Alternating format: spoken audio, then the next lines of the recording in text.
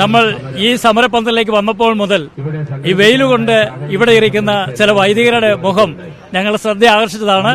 ബഹുമാനപ്പെട്ട അച്ഛ, എന്തുകൊണ്ടാണ് ഈ പൊരിവേലത്തും ഇങ്ങനെ ഇരിക്കുന്നതിന്റെ കാരണം ഒന്ന് പറയാവോ? ഞങ്ങളുടെയൊക്കെ ജനങ്ങളുടെ ജീവിതം ഭീതിയിലാണ്. അവരുടെ ജീവിതം ഒട്ടും സുരക്ഷിതമല്ല, അരക്ഷിതമാണ് എന്നുള്ളതുകൊണ്ട് തന്നെ ആ ജനത്തിനു വേണ്ടിയാണ് ഇപ്രകാരം ഇരിക്കുന്നത്. പ്രത്യേകിച്ച് ഞാൻ വാഗേരി ഇടവകയിലെ വികാരിച്ചാണ്. വാഗേരിയിലാണ് ഈ സീസണിൽ ആദ്യത്തെ വന്യമൃഗ ശല്യവും ആക്രമണം തുടങ്ങിയത്. പ്രജീഷ് മരോട്ടി തറപ്പിൽ എന്ന ഒരു മകനെ കടുവ കടിച്ചു കൊന്നത് എന്റെ ഇടവകാതിർത്തിയിലാണ്. അപ്പോൾ അവിടെയുള്ള ജനങ്ങളുടെ വിഷമവും വേദനയും അവരുടെ ഭീതിയും എല്ലാം അറിയാവുന്നത് കൊണ്ട് തന്നെയാണ് എത്ര ത്യാഗം സഹിച്ചാണെങ്കിലും വെയിൽ കൊണ്ടാണെങ്കിലും ഇവിടെ ഈ സമരപന്തലിൽ ഇരിക്കണമെന്നുള്ള ഉദ്ദേശത്തോടെ വന്നത്. അപ്പോൾ അച്ഛന്റെ ഇടവകയിലെ ഒരു വ്യക്തി അതുപോലെ ക്രൂരമൃഗത്തിന് ഇരയായപ്പോൾ ആ വേദന, അതാണ് ഇവിടെ ഈ വെയിലത്തും ഇങ്ങനെ ഇരിക്കുവാനുള്ള പ്രചോദനവും ശക്തിയും തയ്യിരിക്കുന്നത് അല്ലേ? Thank you. അച്ഛ എന്ത് പറയുന്നു? തീർച്ചയായിട്ടും ഇതിനൊരു കാരണം മറ്റൊന്നുമല്ല, ഞങ്ങളും കർഷകരുടെ മക്കളാണ്. എൻ്റെ അപ്പൻ നല്ല കൃഷിക്കാരനാണ്. തീർച്ചയായിട്ടും കർഷകരുടെ വേദന എന്താണെന്നും അവർ അധ്വാനിക്കുന്ന വിളവിന് ഫലം കിട്ടിയില്ലെങ്കിലുള്ള പ്രയാസം എന്താണെന്നും കൃത്യമായിട്ട് അറിയാവുന്നതുകൊണ്ട് തന്നെയാണ് ഞങ്ങൾ പ്രദാനം ചെയ്യുന്ന ഒരുപാട് കർഷകർക്ക് വേണ്ടിയുള്ളതാണ്. ഞങ്ങളുടെ ഇടവയിൽ ഒരുപാട് കർഷകരാണുള്ളത്. എൻ്റെ ഇടവയിൽ ഞാൻ വാളാടുന്ന് വരുന്നതാണ്. വാളാടവയിൽ മുഴുവൻ കൃഷിക്കാരാണ് ഉള്ളത്. അവരുടെ പ്രയാസങ്ങളും ബുദ്ധിമുട്ടുകളും അറിയാവുന്നതുകൊണ്ടാണ് ഈ വെയിൽ ഞങ്ങൾക്ക് വെയിലല്ലാതെ തീർന്നിരിക്കുന്നത്. തീയിൽ കുറിച്ച് വെയിലത്ത് വാടില്ല സാറേ. അതുകൊണ്ട് തന്നെ തീർച്ചയായിട്ടും ഇത്തരം എല്ലാ പ്രസ്ഥാനങ്ങൾക്കും ഞങ്ങൾ നേതൃത്വം കൊടുക്കുകയും ചെയ്യും.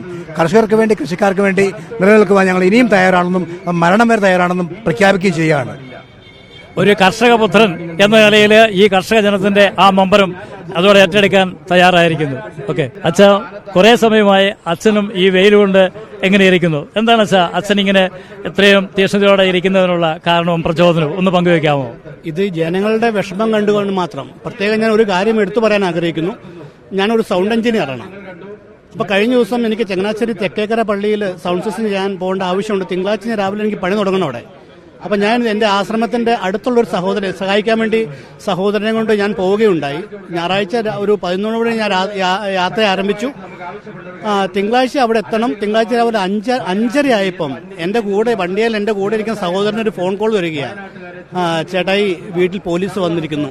അതായത് അയാളുടെ ഭാര്യയും 2 കുഞ്ഞു മക്കളും തന്നെയുള്ള ഭവനത്തില് അതിരാവിലെ പോലീസ് എത്തിയേക്കുവാണ് 5:30 മണിക്ക് ഇയാളെ അന്വേഷിച്ച്.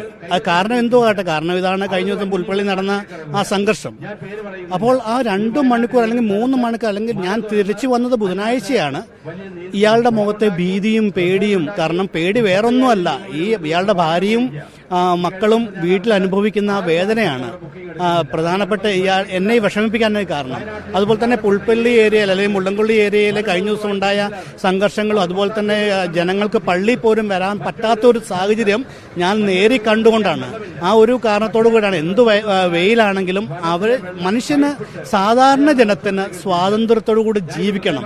ആ ജീവിക്കാനുള്ള അവകാശം ദൈവം തന്നിട്ടുണ്ട്, നമ്മുടെ നിയമ സംവിധാനങ്ങൾ തന്നിട്ടുണ്ട്. പക്ഷേ ഇന്നത്തെ ഒരു സ്ഥിതി അനുസരിച്ച് അവർക്ക് ജീവിക്കാൻ സാധ്യമല്ലാത്ത രീതിയിൽ കൂടെ അവർ കടന്നു പോവുകയാണ്. അവർക്ക് ജീവിക്കാൻ സാധിക്കണം, സ്വാതന്ത്ര്യത്തോടെ ജീവിക്കാൻ സാധിക്കണം. ഈ ഒരു കാരണം കൊണ്ട് തന്നെ മാത്രമാണ് ഇവിടെ ഇരിക്കാൻ എന്നെ പ്രേരിപ്പിച്ചത്.